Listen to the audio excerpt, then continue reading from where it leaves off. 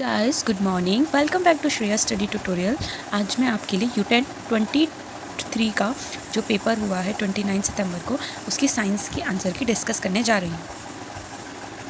तो देखिए, इसका फर्स्ट क्वेश्चन है, विज्ञान में क्षेत्र भ्रमण का क्या महत्व होता है। यानी जब हम साइंस में जो टूर पे ले जाते हैं बच्चों को, साइंस टूर पे, उसका क्या महत्व होता है। इसका आंसर है ऑप्शन नंबर सी। यह शिक्षार्थियों को व्यवहारिक अनुभव प्रदान करता है। एक शिक्षक कक्षा 7 के विद्यार्थियों से निम्नलिखित प्रश्न पूछता है। एक फ्रिज से बर्फ के दो समान घनाभ लिए जाते हैं, उनमें से एक को चूर्णित किया जाता है और दूसरे को ऐसे छोड़ दिया जाता है। तो ये देखा गया कि चूर्णित बर्फ जल्दी पिघलती है। इसका कारण यह हो सकता है, क्या हो सकता है। इस प्रश्न द्वारा किस प्रतिक्रियात्मक कौशल को बढ़ावा मिलेगा। इससे मिलेगा परिकल्पना। बच्चे परिकल्पना करेंगे। Answer number C is right. निम्नलिखित आकलन युक्तियों में से कौन सी युक्ति विज्ञान कक्षा में विद्यार्थियों के प्रायोगिक कौशल को आकलित करने के लिए सबसे अधिक उचित है। यह है प्रयोग अभिलेख, यानी प्रैक्टिकल रिकॉर्ड मेथड। निम्न में से कौन जड़ों का समूह है, मतलब कौन जड़ों से निकलती, किनकी जड़ें होती हैं। गाजर, चुकंदर और मूली। Answer number D is right. सरसों के पौधे का कौन सा भाग खाने योग्य है। बीज और पत्तियां, यानी आप बीज खाते हैं सरसों के बीज जिससे तेल निकालते हैं, और पत्तियां जिससे हरी सब्जी। Answer number D is right. कोई व्यक्ति अवरुद्ध विकास, चेहरे की सूजन, बालों के मलिनीकरण, यानी उनका क्या हो रहा है, डिस्कलराइजेशन हो रहा है, त्वचा रोगों से ग्रसित है, तो उसके भोजन में किसकी कमी है, प्रोटीन की कमी से बाल क्या होते हैं, डिकलराइज्ड हो जाते हैं। किस धातु को केरोसिन में संरक्षित रखा जाता है, sodium. Answer number D is right. निम्न में से कौन सी अधातु कमरे के ताप पर द्रव अवस्था में पाई जाती है, वो है ब्रोमीन। और अगर धातु पूछेंगे तो वो है मरकरी। तांबे और जस्ते की मिश्र धातु को कहते हैं पीतल। इसके लिए आप एक सूत्र याद कर सकते हैं, ताजपी, यानी तांबा और जस्ता मिलके बनेगा पीतल।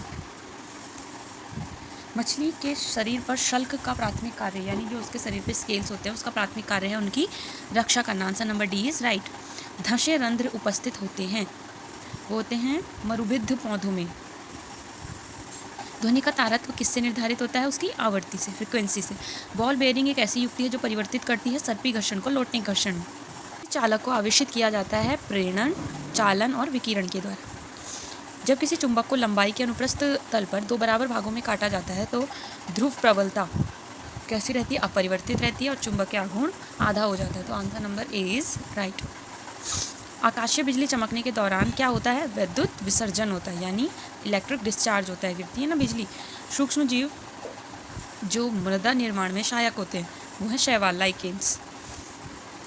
निम्न में से किस वैज्ञानिक विधि का पहला चरण है। निम्न में से वैज्ञानिक विधि का पहला चरण है अवलोकन करना, ऑब्जर्वेशन करेंगे।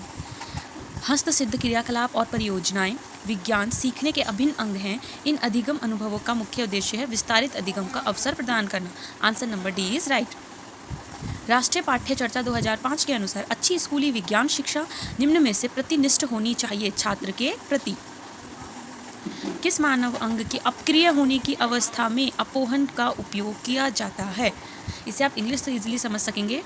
इन case of dysfunctions of which human organs dialysis is used. किसकी होती है डायलिसिस, किडनीज की, यानी वृक्क। सूर्य का प्रकाश, जल तथा वायु, ये क्या है, प्राकृतिक वास है। किसी वस्तु का आकार, क्षमता या मात्रा निर्धारित करने की क्रिया क्या कहलाती है, नाप, मेजरमेंट। एक पिकोमीटर बराबर होता है 10⁻10 सेंटीमीटर के। किसी चालक तार में विद्युत धारा के प्रवाह की दिशा होती है धनात्मक से ऋणात्मक की ओर। ये कंफ्यूजिंग क्वेश्चन है, ऋणात्मक से धनात्मक भी है। निम्न में से कौन सा जल शुद्धतम होता है, वर्षा का जल। शीतल पेय में सनसनाहट के लिए कौन सी गैस उत्तरदायी होती है, यानी सॉफ्ट ड्रिंक्स में वो होती है CO2। PET बोतल तथा जार आमतौर पर खाद्य पदार्थों के संग्रहण के लिए उपयोग किए जाते हैं। PET के फुल फॉर्म है पॉली इथाइलिन टेरिथलेट। एक परखनली में भोजन का नमूना लिया जाता है तथा इसमें थोड़ा सा सोडियम हाइड्रोक्साइड NaOH एवं 5 से 6 बूंदे CuSO4 विलयन की डाली जाती है। परखनली को अच्छी तरह से हिलाकर 4 से 5 मिनट तक छोड़ दिया जाता है। यह देखा गया है कि निम्न घटक की उपस्थिति के कारण इसका रंग कैसा हो गया, ब्लू और पर्पल हो गया। तो ये प्रोटीन है। 200 ग्राम कच्चे चावल को 100 ग्राम साधारण नमक के साथ मिलाया जाता है। इन दोनों पदार्थों को अलग करने के लिए निम्न में से कौन सा तरीका सबसे अच्छा है, क्रिस्टलीकरण, अवसादन, छानना या ऊर्ध्वपातन। क्रिस्टलाइजेशन, सेडिमेंटेशन, स्विंग और सब्लिमेशन। इसके है छानना। तो इसी के साथ आपकी ख़त्म होती है यहाँ पर साइंस के आंसर की। अगर वीडियो अच्छी लगे तो लाइक, सब्सक्राइब और शेयर करना ना भूलें। Okay, thank you so much.